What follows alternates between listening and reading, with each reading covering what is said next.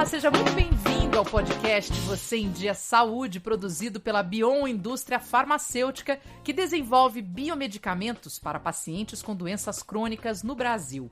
A série de podcasts que leva até você temas atuais e relevantes sobre saúde, trazendo médicos e profissionais renomados para tratar desse assunto que é o maior investimento em bem-estar que você pode fazer. O nosso tema de hoje é o que esperar dos tratamentos oncológicos em 2021. Como a Covid-19 vai impactar os serviços especializados em tratamento de câncer este ano? Estamos à beira de uma sobrecarga do sistema? Como a telemedicina vai ajudar no acompanhamento dos pacientes?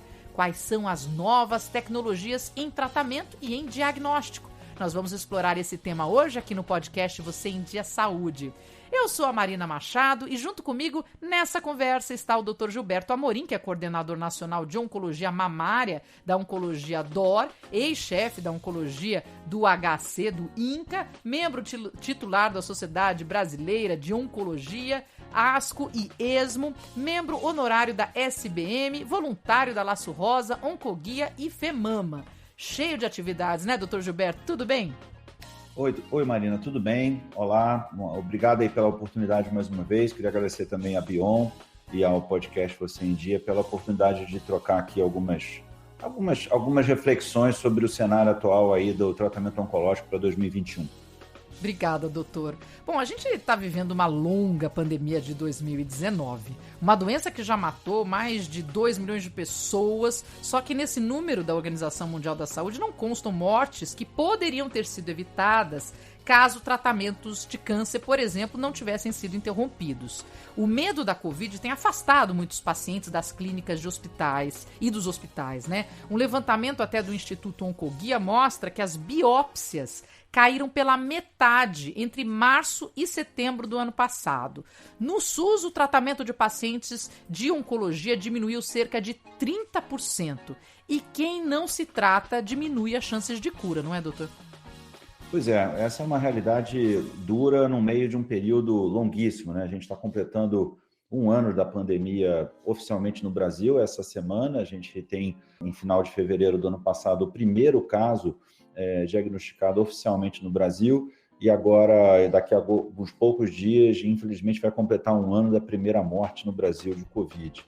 Mais de 10 milhões de diagnósticos de Covid-19 no Brasil depois, infelizmente, mais de 250 mil vidas perdidas, a gente ainda está num cenário bastante preocupante, para falar uma palavra delicada e suave, porque, como vocês têm visto nos últimos dias, alguns estados, infelizmente, estão aumentando o número de pacientes internados, não só o número de casos em si, mas a gravidade dos casos. E ontem, essa semana, a gente está batendo recordes de mortes, e tanto no número de mortes registradas num único dia, como também na média, a famosa média móvel dos últimos dias, ultrapassou 1.100 pela primeira vez nesses 12 meses.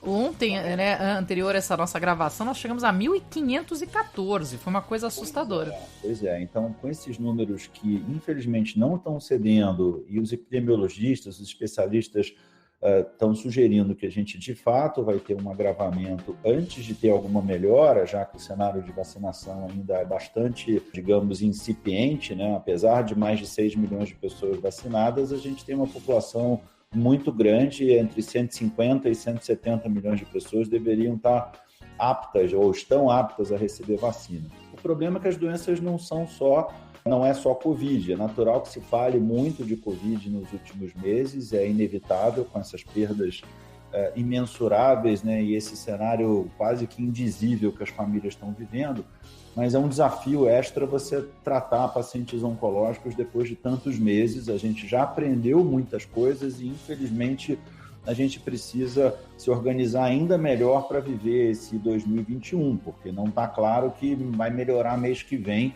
e que todo mundo vai conseguir superar, as pessoas não vão estar vacinadas, a curva de casos não vai melhorar num espaço curtíssimo. Gostaria de estar errado, mas acho que essa história ainda vai se arrastar por um bom pedaço do semestre e provavelmente se alongar até mais para o final do ano. E nem estou entrando em discussão sobre novas variantes e eficácia de vacinas. Então, a gente precisa alertar a população de que é necessário manter o distanciamento. Numa semana onde se fala mal até de máscara, e eu pessoalmente não consigo entender, porque depois de 12 meses a gente está discutindo isso, mas de qualquer forma as pessoas precisam ter os cuidados, sim, usar máscara, manter o distanciamento social, mas não dá para esperar tudo para depois. Ou se, depois que eu vacinar, eu vou no médico, depois que eu tomo uma segunda dose da vacina, eu vou fazer meu exame de controle, tá com alguma queixa. Isso realmente, quando você olha para trás, o cenário já é muito, muito alarmante. Vou até complementar os dados que você trouxe, Marina, na questão dos dados do SUS e do próprio Oncoguia. O Oncoguia tem uma publicação até bem recente em que já consolidou os dados do ano todo de 2020. Olha! Lembrando que a pandemia não começou em janeiro de 20, ela começa para valer em março, então ela vai impactar os serviços de saúde a partir dali. E quando você pega os dados, e são dados do DataSUS, não são entrevistas que o Oncoguia fez com pacientes da rede pública ou do cenário de convênios e que eventualmente disseram, isso acontece, que estão com dificuldade ou tiveram dificuldades para operar, para fazer, para acontecer. Isso é real, mas assim, os dados do DataSUS já mostram como foi impactante esse ano de pandemia, esse ano de 20, especialmente esses 9 meses de março até dezembro. O número total de biópsias, e aí não estou falando de câncer de mama, estou falando de biópsias em geral, câncer de pulmão, câncer de mama, câncer de próstata, câncer de intestino. A redução em relação a 2019 é da ordem de 40%. Aqueles exames citológicos, vou dar um exemplo muito conhecido, o famoso preventivo de colo de útero para verificar HPV e câncer de colo de útero inicial, houve uma redução de 50% nos exames que o SUS conseguiu realizar o ano passado, sempre comparando com 19. Em mamografias, que a gente sempre fala, as campanhas, a imprensa, os blogs, os podcasts, sempre a importância do diagnóstico precoce, o SUS, no ano passado, fez 50% menos mamografias do que habitualmente faria e fez no ano de 19, que já é um número baixo, que não cobre a necessidade de rastreamento da população.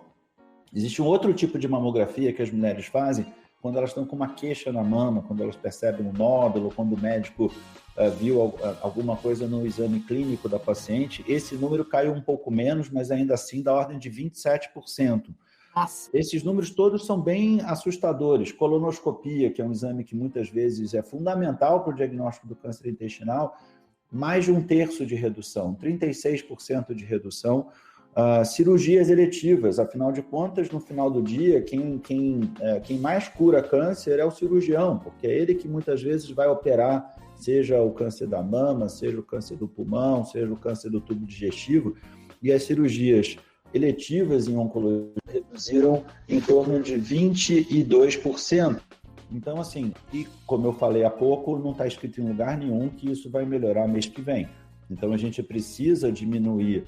Isso impacta os serviços de saúde agora, porque essas pessoas existem, alguns diagnósticos estão sendo simplesmente retardados, elas vão ter queixa, elas vão precisar de ajuda e elas vão procurar o sistema, como já aconteceu no final do ano, buscando ajuda e começando a tentar fazer os exames que não conseguiu fazer durante o período X da pandemia.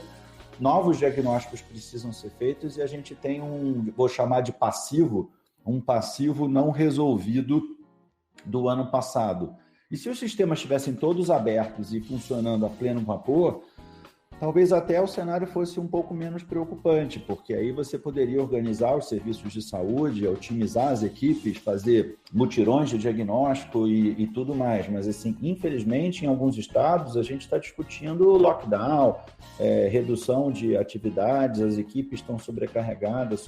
Então, assim, é realmente preocupante, mas a gente não pode empurrar tudo para depois da vacina, que nesse momento nem está disponível para grande parte da população.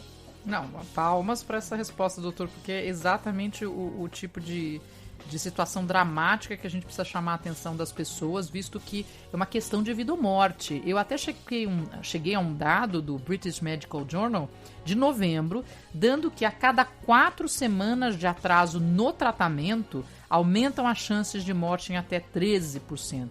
Então você tem 2 dificuldades aí, que é o diagnóstico, porque a pessoa não busca, né, os exames anuais, o check-up para checar se está tudo bem, e aí ela pode perder a fase inicial de um tumor, e depois a pessoa que está em tratamento, mas com tanto medo da Covid, acaba não indo fazer o tratamento. E o senhor apontou uma coisa agora que é importante a gente falar, que não bastasse essa perda de vidas pelo avanço da doença, o aumento significativo de procura por tratamento também vai gerar um outro problema, que é a sobrecarga do sistema de saúde. O senhor acha que é o que a gente vai ver em 2021? De repente as pessoas se tocando de que precisam fazer esse movimento, e aí nós vamos ter esse outro problema, que é não ter como atender pela sobrecarga?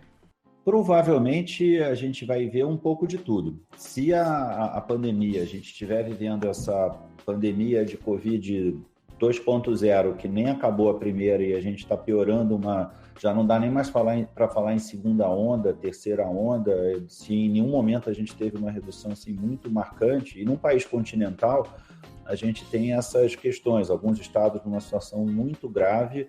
O que está assustando um pouco a gente é que agora vários estados do norte, do sul do país, no sudeste e, claro, no nordeste, estão piorando vários estados nos últimos dias, e não é só Manaus que está em situação de gravidade, ou outras cidades do norte, tem alguns estados inteiros, nesse exato momento, discutindo se estão entrando na fase preta, as regiões, Rio Grande do Sul, numa situação bastante grave, Ceará em situação bastante grave, Bahia, como nunca teve na pandemia, São Paulo piorando rapidamente, hospitais privados grandes de São Paulo com fila para internar paciente.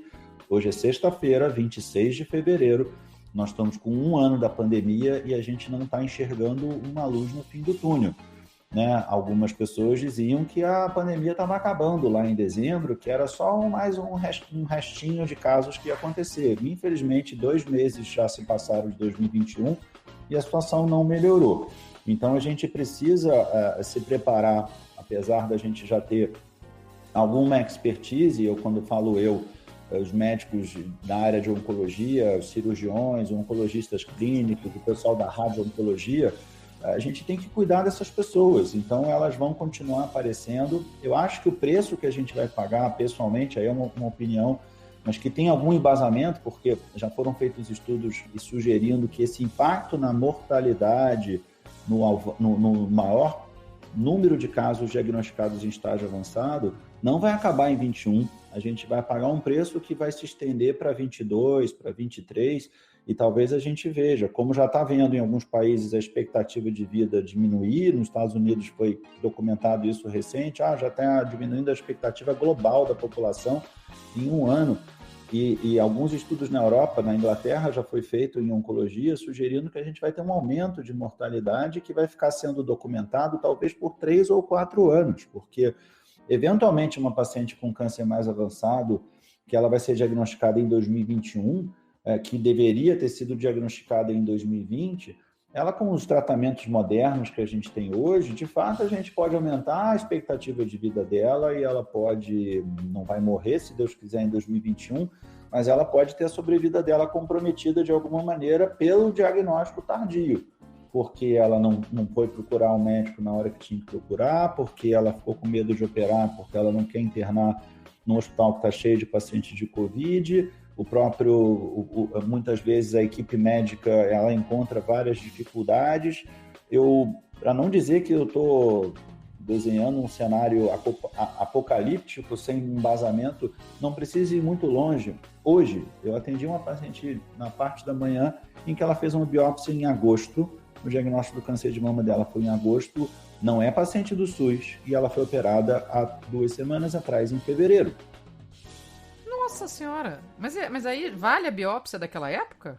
Vale, porque ela tem um diagnóstico de câncer e aí ela foi encaminhada para vários, procedimentos, exames, e aí vai para o geneticista, aí vai para o mastologista, o convênio bate cabeça, não autoriza, aí o médico não está marcando por causa da Covid, suspendeu o consultório, pegou Covid, aí troca de médico, aí quando você vai ver assim, poxa, mas por que a senhora demorou 6 meses para operar?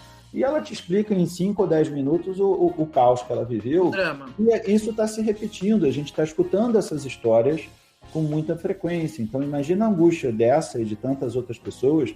E um parênteses, a gente não está falando nem de paciente de rede pública. Estou falando de paciente de consultório, paciente com convênio, com uma condição um pouco mais diferenciada, encontrando o sistema de saúde para atendimento em oncologia bastante sobrecarregado e várias barreiras de acesso aos exames de diagnóstico e as terapias. Então, assim, eu não consigo individualizar e dizer que esta paciente ela vai ter o desfecho dela prejudicado por causa desses praticamente 6 meses de atraso, mas os cânceres não são iguais. Mesmo trabalhando com câncer de mama, existem alguns tipos mais agressivos, triplo negativo, HER2, um luminal B mais agressivo. Não pode se dar o luxo de ficar 6 meses esperando a pandemia melhorar. Então, se a paciente hoje tem um nódulo que não tinha antes, uma mamografia que está atrasada mais do que 6 meses, 1 ano, não dá para esperar ela tomar a segunda dose da vacina, sei lá quando, do segundo semestre, e aí ela vai procurar o ginecologista só lá no final do ano e ela está com um nódulo palpável, muitas vezes na mama, ou com um exame atrasado que já não fez o ano passado, ou que já não fez no prazo que tinha que fazer. Eu conto várias histórias, poderia ficar horas aqui contando histórias pós-pandemia ou desse retardo do fique em casa, fique em casa, fique em casa, e durante algum tempo isso fez algum sentido, mas como a história se prolongou demais, melhor a pessoa que precisa de cuidados médicos não ficar em casa esperando as coisas acontecerem ou esperando uma tempestade que seja passageira, porque a gente está vendo o óbvio, a tempestade não foi nada passageira e a gente não pode reproduzir isso em 2021, deixando essas pessoas sem cuidados médicos, já com questões, às vezes, não bem resolvidas de 2020. Aliás, a gente acabou de falar, né, desse medo de sair de casa para fazer exame e tratamento, mas eu queria trazer um ponto positivo, talvez, que deve crescer ainda mais este ano, que é a telemedicina. Como é que ela auxilia nesse acompanhamento de pacientes com câncer? E como é que o senhor vê esse tipo de atendimento ao longo de 2021? Eu acho que a tendência, ela veio para ficar, não estava regulamentada antes e veio com a pandemia, uma regulamentação em princípio provisória, o Conselho Federal de Medicina.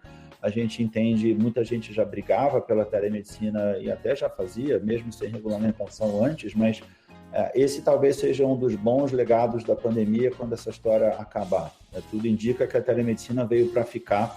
Ela tem sido uma ferramenta muito útil. Quase todo dia eu faço alguma consulta de telemedicina. Não vai substituir a medicina normal? Não tem jeito. Tem uma hora que a gente tem situações em que a gente realmente precisa examinar, precisa palpar o nódulo da mama, a axila, precisa botar a mãozinha na barriga, precisa escutar o pulmão. A medicina ainda é uma arte muito manual. Não dá para terceirizar isso para um robô, para uma câmera de um celular moderno. Mas é inegável que você consegue fazer coisas hoje que você não conseguiria se isso não tivesse regulamentado e se as pessoas não tivessem já mais antenadas com essa possibilidade. Eu já atendi essa semana paciente de Goiânia, paciente de outras cidades, que seria inviável o paciente pegar um avião e ir para fazer uma consulta médica para uma revisão. Então, tem algumas situações que você consegue monitorar o efeito do teu tratamento numa consulta virtual. E às vezes a paciente mora perto, mas ao mesmo tempo é idosa, não precisa sair de casa, às vezes é uma revisão razoavelmente simples, que você tem sempre, se ela não é muito tecnológica, ela vai ter um filho, uma filha, uma pessoa que hoje em dia muita gente tem um celular com uma câmera bacana e que você consegue fazer uma chamada de vídeo, não precisa fazer uma videoconferência sofisticadíssima, dá para você orientar bastante e às vezes até quase fazer uma terapia. Assim como muita gente está fazendo terapia online, e eu me incluo entre esses, né? A minha terapia saiu do presencial para o virtual desde março. A gente também faz muita terapia, umas orientações, às vezes tranquilizadoras. O paciente não vai ser examinado, mas aí você faz uma anamnese cuidadosa, faz perguntas interessantes, a paciente às vezes escolheu um exame de sangue em casa, aí você dá uma checada nos parâmetros, às vezes ela está muito angustiada de que as coisas estão ficando fora de controle e você conversa com ela, pergunta, orienta e ela fica muito mais tranquila, vai receber um bom cuidado, não é o jeito ideal, mas nesse cenário é muito útil. Então, eu não tenho dúvida de que a telemedicina vem para ficar, não vai substituir, mas é fundamental que essa ferramenta seja mais uma possibilidade de oferecer um cuidado diferenciado. Doutor, nós vimos ao longo de 2020, que continua agora, né, em 2021, um empenho histórico da ciência para encontrar uma vacina para a Covid-19. Mas os avanços nas terapias contra o câncer também aconteceram e mais do que nunca merecem o nosso destaque. Tivemos a aprovação de um tratamento específico para o tratamento do câncer de mama triplo negativo, que agora há pouco você até comentou, avanços no tratamento de tumores pulmonares. O que o senhor pode ressaltar para os nossos ouvintes?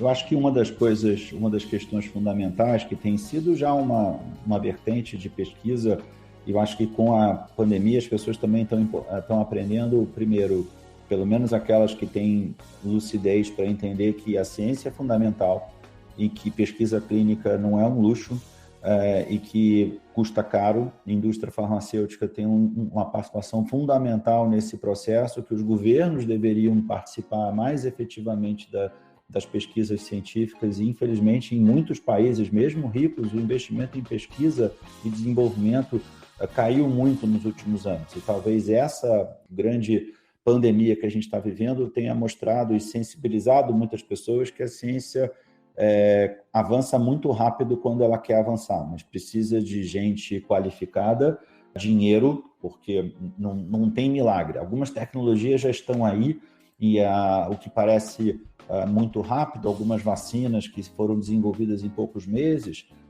mas antigamente a gente demorou 5 anos para fazer a vacina do não sei o que lá. Olha só, ok, muitas dessas tecnologias das vacinas de Covid já eram conhecidas, então você consegue, com um investimento forte, muita gente entendendo que esse era um momento único na história, enfim, planetária de saúde pública nesses últimos 100 anos, a gente nunca viveu nada parecido, um investimento maciço de algumas indústrias muito grandes e também de governos tentando ajudar. O próprio governo americano fez parceria com algumas dessas indústrias de vacina para o desenvolvimento desses produtos. Então, isso acaba resvalando em oncologia. Claro, se por um lado algumas pesquisas em oncologia deram uma travada nos últimos tempos, porque os estudos clínicos às vezes não conseguiram recrutar novos pacientes em muitos centros, isso foi verdade.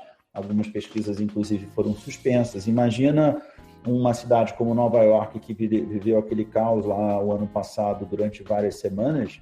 Se alguém ia sair de casa para fazer entrar num protocolo de pesquisa, algumas pesquisas simplesmente foram interrompidas. Isso tem um impacto também em novas coisas que a gente precisa, já que oncologia é uma área tão complexa, com tantas doenças e com tantas nuances, mas é fato que alguns avanços aconteceram e talvez a gente sempre fala muito do entendimento dos diferentes tipos de câncer, a compreensão da complexidade molecular dessas doenças e o avanço em imunoterapia, por exemplo, em anticorpos monoclonais, drogas mais inteligentes, você encontra um alvo específico e desenvolve um remédio. De maneira muito simplória, é parecido com uma vacina. Você descobre lá que tem a proteína S do vírus, que ela é utilizada para infectar lá as células do nosso corpo, e você desenvolve uma vacina específica contra aquela proteína. No câncer não é diferente. A gente está vendo aí agora a história das mutações, que podem fazer com que o coronavírus fique um pouco mais agressivo, mais capaz de infectar. As células tumorais, elas têm grande capacidade de mutação. Alguns tumores têm uma carga mutacional muito alta e esse é um dos maiores desafios que a gente tem em oncologia, porque são tumores que ficam resistentes muito rápido e nem sempre dá para fazer vacinas muito rápidas para todos esses tratamentos. O coronavírus pode ser menos mutacional do que um vírus da gripe, por exemplo, mas ele pode ser mais letal, como a gente está vendo, infelizmente. Então, se vacinas são desenvolvidas, mas de tempos em tempos pode ser necessário fazer novas vacinas, imagina como é em oncologia, com centenas de tipos de câncer diferentes e com essas células tumorais são organismos vivos e a cada vez que essas células se multiplicam, tem sempre a chance de ter lá uma mutaçãozinha naquela célula tumoral que vai desviar aquele mecanismo do medicamento que estava bloqueando o crescimento daquelas células. E isso, infelizmente, é um drama que a gente vive na oncologia. Muitos tratamentos vão ficando resistentes à medida que o paciente vai evoluindo na sua história. Então, é fundamental que o investimento não pare. Alguns avanços foram incríveis nos últimos anos, doenças como câncer de pulmão, que tinham sobrevidas curtíssimas, a maioria dos pacientes mal conseguindo completar 1 ano do diagnóstico. Hoje você tem pacientes com uma sobrevivência, mesmo com doença avançada, realmente de forma impressionante. E, ao mesmo tempo, outras doenças que simplesmente nem tinham tratamento quando era uma doença avançada, um melanoma avançado, é uma doença que em 10 anos ela mudou muito, porque se descobriu mecanismos moleculares muito específicos, inclusive essa questão do sistema imunológico, que agora todo mundo é expert em imunologia, sem ser, mas em oncologia isso é fundamental, entender a relação do sistema imune com as células doentes. E, claro, na medida do possível, turbinar aquele tumor com o próprio sistema imunológico do indivíduo, mesmo que tenha que entrar um outro medicamento para atuar na célula tumoral, isso não é um luxo, isso é uma necessidade. A gente está vendo isso com as vacinas e, obviamente, isso pode se estender para a oncologia. Vacinas em oncologia ainda é uma área muito incipiente em alguns tumores, mas, curiosamente, esse desenvolvimento rápido de algumas vacinas novas, como essas vacinas de RNA mensageiro, elas provavelmente vão acabar transbordando e chegando na oncologia, porque já vem sendo estudados algumas vacinas para alguns tipos de câncer, ainda com resultados muito modestos ou muito preliminares, mas talvez essas novas tecnologias possam ajudar a que a gente possa também, no futuro, avançar no tratamento oncológico. Adenovírus não replicante, como tem sido usado também para algumas vacinas de Covid, também pode ser usado em oncologia. Você vê, né? Tem a ciência investigando tanto por conta da Covid, mas as metodologias podem ser utilizadas para outros fins e a oncologia pode ser impactada. No final do dia, a gente, no final da história, talvez não no curtíssimo prazo, mas lá no médio prazo, a gente vai ter lá uma vacina para um determinado tipo de câncer, que é uma vacina de RNA mensageiro com uma tecnologia semelhante a essas que a gente tem, por exemplo, já pelo menos 2 já aprovadas aí na Europa e em alguns outros países, então, nos Estados Unidos. Então, a gente tem essas questões que também são um desafio, né? Quer dizer, você às vezes está naquele marasmo que avançando, às vezes de pouquinho em pouquinho, porque o investimento às vezes é muito individualizado, os governos não com muitas prioridades, e aí agora, com esse caos que a gente está vivendo, entra um investimento maciço em ciência e em tecnologia, que pode acabar beneficiando a humanidade em outras áreas, como a imunoterapia e como os pacientes oncológicos em geral. Então, para também não desenhar só uma imagem muito sombria de que a situação vai piorar muito e que a gente não vai conseguir aprender alguma coisa depois que a gente superar essa fase, que vai passar. A ciência vai conseguir superar isso de um jeito ou de outro, só não vai ser rápido, e aí a gente precisa avançar na vacinação, domesticamente falando, e no mundo inteiro não é diferente, vários países ainda patinando muito na vacinação, porque é uma briga, né? Se a gente demora muito para vacinar, tem mais chance de ter outras mutações complicadas e daqui a pouco a gente está tendo que falar de outras vacinas, porque as que a gente desenvolveu e demorou para alavancar a vacinação, a gente vai ter que fazer a vacina 2.0, 3.0, porque as variantes já começaram a entender como é que a vacina funciona. Exato. Aliás, seguindo essa linha, né, de medicamentos e tratamentos e técnicas, qual que é a importância dos tratamentos dos biosimilares e como está o acesso a eles aqui no Brasil neste ano de 2021? A tendência é que isso seja também um caminho sem volta, e é inevitável e muito importante que isso aconteça, porque os anticorpos monoclonais e várias outras medicações, que são medicações biológicas muito sofisticadas, em geral, assim, com uma complexidade farmacológica bem superior aos medicamentos comuns que a gente encontra nas farmácias, nas drogarias, um paracetamol ou uma dipirona, ou às vezes um antibiótico antigo, é muito fácil de ser produzido e de ser copiado. Depois que caiu a patente, você vai ter os genéricos, você vai ter uma facilidade e, em geral, um custo mais baixo. As drogas biológicas mais modernas, em especial os anticorpos monoclonais, são moléculas que são fundamentais no tratamento de vários tipos de câncer. Câncer de mama é um carro-chefe, mas a gente tem vários outros cânceres, linfoma, a gente tem câncer de pulmão, câncer de intestino e muitos outros, cânceres de estômago, que usam anticorpos monoclonais, que são remédios biológicos muito sofisticados, que têm uma estrutura química muito complexa, pesada e que não é qualquer empresa que consegue produzir isso em escala importante do ponto de vista comercial. E o custo dessas drogas é bastante alto.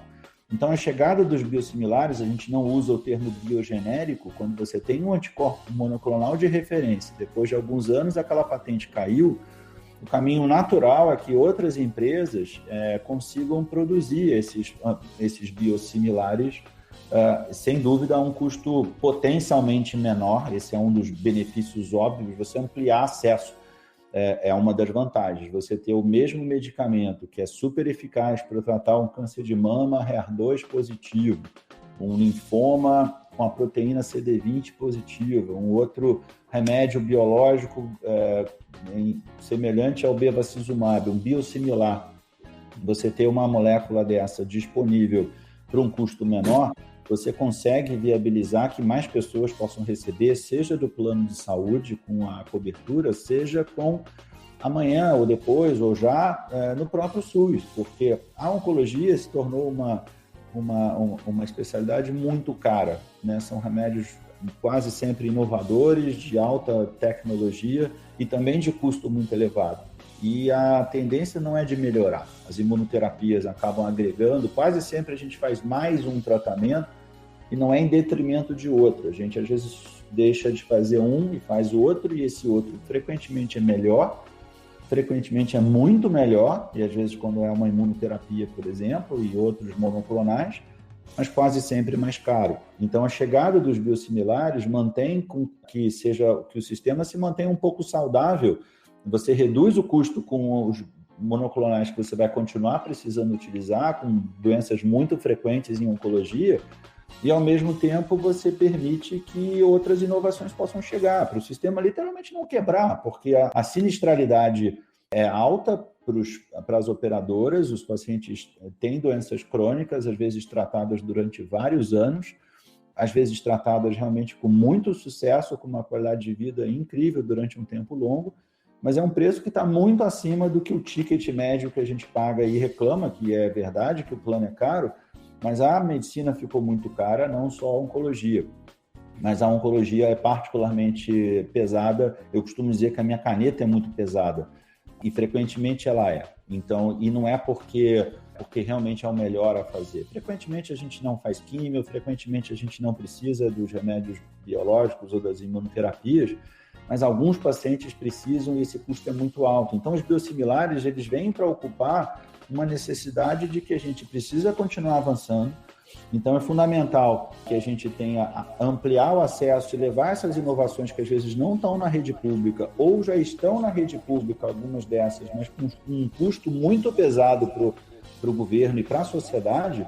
Então, se você consegue baratear, há alguns exemplos de quedas de 20%, 30% do custo de alguns biosimilares, você consegue, obviamente, tratar, no caso do SUS, talvez 20%, 30% a mais de pessoas. Claro, sem dúvida. E não correr o risco de ter uma falta de suprimento, de ter uma cadeia de fornecimento dessas drogas interrompida por causa da questão do custo, que é sempre muito elevado.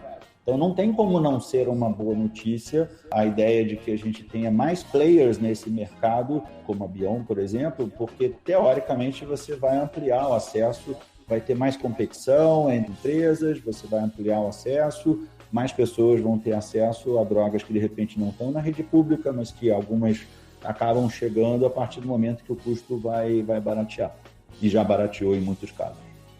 Doutor, uma última pergunta para o senhor. Eu vi que você publicou um artigo que trazia um estudo muito curioso, feito com 46 mil mulheres nos Estados Unidos. E esse estudo apontou uma relação entre o uso de produtos químicos para pintar ou alisar o cabelo e o câncer de mama. Eu acho que todas as ouvintes estão curiosas agora para saber mais sobre essa pesquisa, levando em consideração também que esse estudo apontou um maior risco em mulheres negras. Então, para encerrar esse nosso podcast, queria que o senhor falasse um pouquinho sobre esse estudo e tá aí uma oportunidade para reduzirmos esse tipo de uso, o que devemos fazer, porque se aumenta o câncer de mama, o risco, né, é bem preocupante. Eu acho que, assim, é claro que muitas dessas pesquisas que são interessantes, elas são provocadoras e frequentemente geradoras de hipótese. É claro que é bem incômodo para a gente saber que produtos químicos possam aumentar o risco de determinados cânceres. Isso é uma verdade. Na verdade, a gente já sabe de outros produtos químicos que podem aumentar o risco de câncer de pulmão, como o cigarro, por exemplo. Sim. Químicos da indústria que podem dar câncer de bexiga, leucemia e vários agrotóxicos, quando a gente fala do pessoal que às vezes na lavoura não usa equipamento de proteção, abusa de agrotóxico, contamina o lençol freático, a pessoa bebe água do poço cheia de metal pesado, de produto químico, o agrotóxico da lavoura, você vai comer o alimento cheio de agrotóxico, isso não é banal.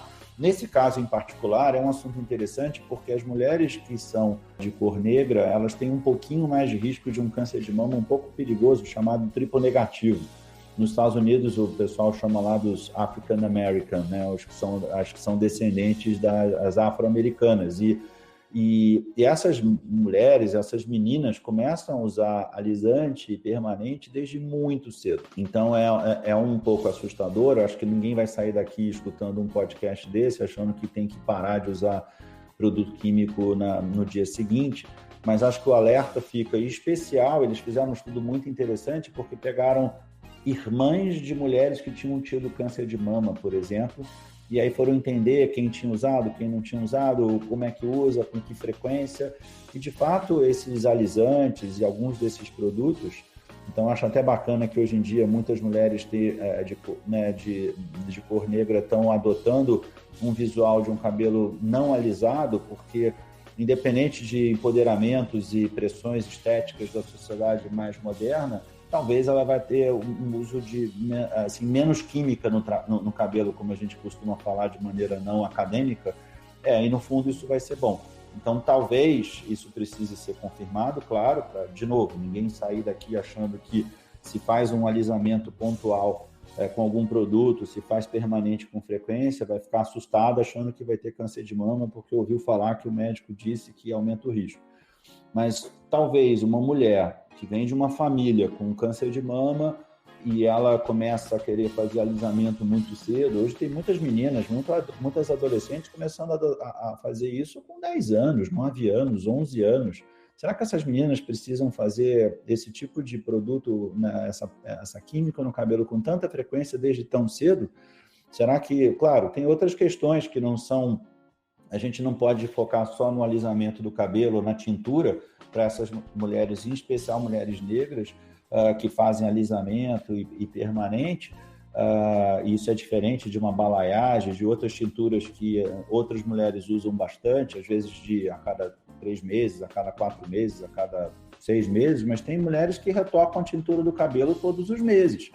E, claro que a gente não vai generalizar, provavelmente não são todos os produtos. Tem uma linha de cosméticos interessante, crescendo nos mercados com produtos um pouco mais naturais, mas é fato que precisa ter cientista para estudar isso também, porque esse não é um assunto que a gente possa ignorar. A gente está cada vez usando mais produtos químicos, seja nos nossos alimentos, industrializados ou não, mesmo quando você vai fazer uma salada e você acha que é saudável e aquela salada, aquelas frutas, aquelas legumes, às vezes estão entupidos de agrotóxico. É verdade, é verdade. Por outro lado, não adianta nada diminuir o alisamento e a tintura se a mulher continuar sedentária, bebendo álcool e fumando loucamente e comendo errado. Então, assim, é um conjunto de coisas, porque senão a gente vai focar no alisamento, na tintura e outros fatores de risco, às vezes, para vários tipos de câncer que são mais marcantes, como o tabagismo, excesso de álcool, sedentarismo. Estão deixados de lado, imagina. Você cuida disso e esquece das outras coisas. E talvez o impacto dessas outras questões seja muito mais perverso para a saúde global, não só oncológica, do que uma eventual tintura e um eventual alisamento. Nossa, doutor Gilberto, muito, muito, muito obrigada pela sua entrevista. Não, eu que agradeço a oportunidade. E, mais uma vez, assim, quem está com seus exames atrasados, quem está com algumas consultas atrasadas, os serviços médicos se organizaram bastante bem nos últimos tempos da pandemia, né? Distanciamento, clínicas um pouco mais organizadas, máscara, álcool gel. Não deixa de ir no médico, não deixa de fazer as revisões, qualquer sintoma diferente, procurar ajuda. Não deixa para depois que a pandemia acabar, porque a gente não sabe que disso vai acontecer. Vai acontecer, mas vai demorar um pouquinho. Então não deixa para depois, não. Obrigado. Melhor recado de todos, doutor. Muito obrigada. E um obrigado especial a você, nosso ouvinte, porque eu tenho certeza que saímos deste encontro com muito mais conhecimento. E eu sempre digo que conhecimento é investimento na saúde. Este foi o podcast Você em Dia Saúde, produzido pela Bion, indústria farmacêutica, que desenvolve biomedicamentos para pacientes com doenças crônicas no Brasil. E tratamos do tema O que esperar dos tratamentos oncológicos em 2021. Eu sou a Marina Machado, te espero no próximo podcast. Não perca, porque vai ser muito bacana. Eu aguardo você. Ouça os episódios semanais do Você em Dia Saúde nos principais agregadores de podcast. Comente, avalie e compartilhe nas redes sociais. Bion, Vida à Ciência.